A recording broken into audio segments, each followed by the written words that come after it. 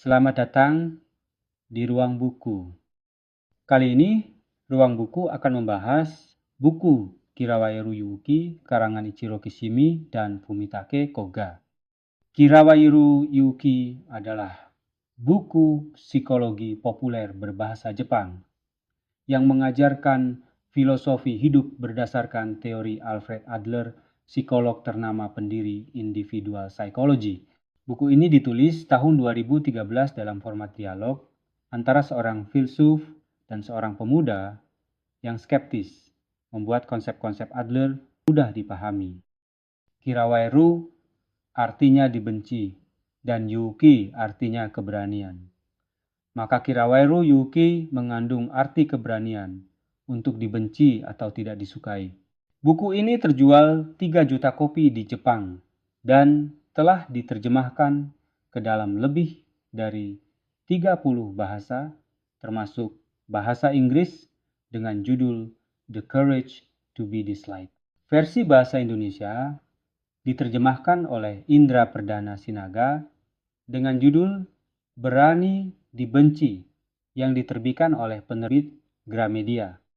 Alasan popularitas buku ini adalah pendekatan dialogis, format percakapan membuat konsep psikologis kompleks menjadi mudah dipahami. Kemudian, relevansi budaya menawarkan perspektif baru dalam masyarakat Jepang yang sering menekankan konformitas sosial. Lalu, dampak global mendapatkan sambutan hangat di berbagai negara karena pesan universalnya tentang kebebasan dan tanggung jawab pribadi. Pokok-pokok bahasan dalam buku ini adalah kebebasan dari masa lalu. Menurut Adler, trauma tidak menentukan hidup seseorang. Manusia bukan korban masa lalu, melainkan bisa mengubah hidup dengan memberi makna baru pada pengalaman. Dan penderitaan berasal bukan dari pengalaman itu sendiri, tapi dari cara kita menafsirkannya. Tujuan perilaku manusia adalah untuk mencapai superioritas.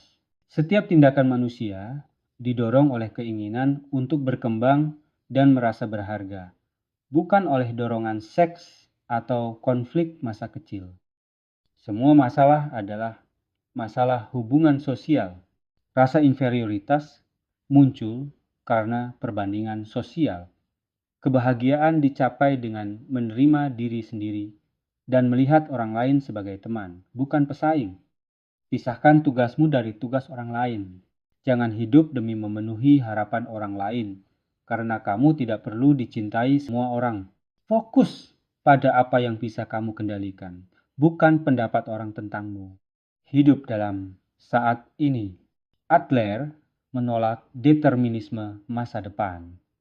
Kebahagiaan adalah perjalanan, bukan tujuan, jadi nikmati prosesnya sekarang. Mengapa judulnya The Courage to be Disliked? Karena kebahagiaan membutuhkan keberanian untuk tidak takut dikritik atau ditolak. Buku ini menantang pembaca untuk bebas dari belenggu penilaian orang lain. Hidup untuk memberi kontribusi. Makna sejati dan kebahagiaan lahir saat kita merasa berguna bagi sesama.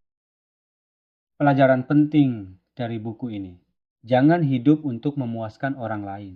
Banyak orang terjebak dalam people pleasing karena takut ditolak. Padahal, kebahagiaan sejati datang ketika kita berani menjadi diri sendiri, sekalipun ada yang tidak menyukainya. Trauma adalah alasan yang nyaman, bukan penyebab. Adler menolak konsep Freud bahwa masa lalu menentukan segalanya. Misalnya, orang yang gagal dalam hubungan bukan karena trauma masa kecil, tapi karena memilih untuk tidak memperbaiki diri. Kompleks inferioritas dan superioritas adalah sama. Orang yang merasa rendah diri atau inferior dan yang sok hebat atau superior sebenarnya mengalami masalah yang sama, yakni tidak menerima diri sendiri. Gunakan horizontal relationships. Jangan memandang orang lain sebagai atasan bawahan atau vertikal, tapi sebagai mitra setara atau horizontal. Contohnya, jangan mengatakan dia lebih sukses, aku gagal, tapi katakan kami berbeda, tapi sama-sama bernilai. Hidup itu sederhana, kita yang membuatnya rumit. Masalah seperti overthinking, takut salah, atau menyesal sering muncul karena kita terlalu fokus padahal di luar kendali kita. Bagaimana menerapkannya dalam hidup sehari-hari? Stop over apologizing. Tidak perlu minta maaf untuk hal yang bukan kesalahan Anda. Kemudian, tolak permintaan yang tidak ingin Anda lakukan atau katakan tidak tanpa rasa bersalah. Dan vulnerability is strength.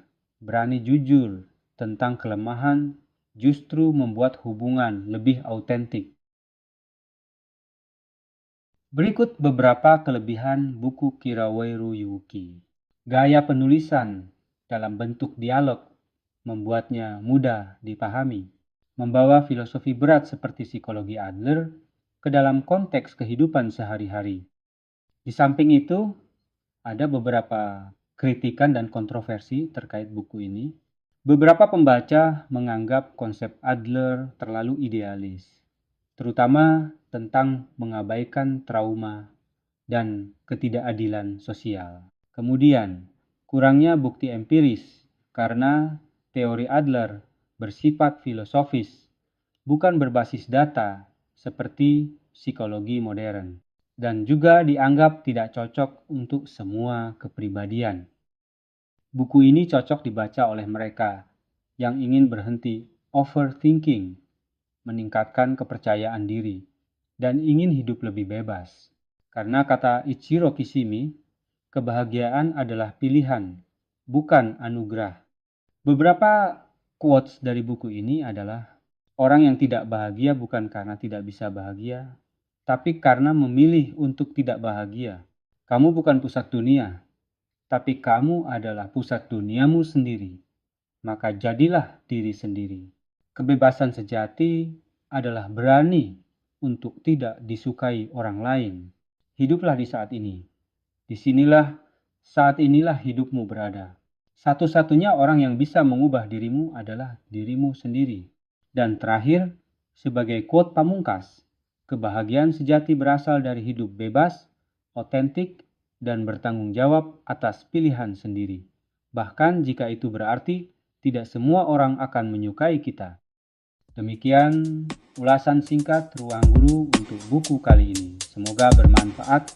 Terima kasih.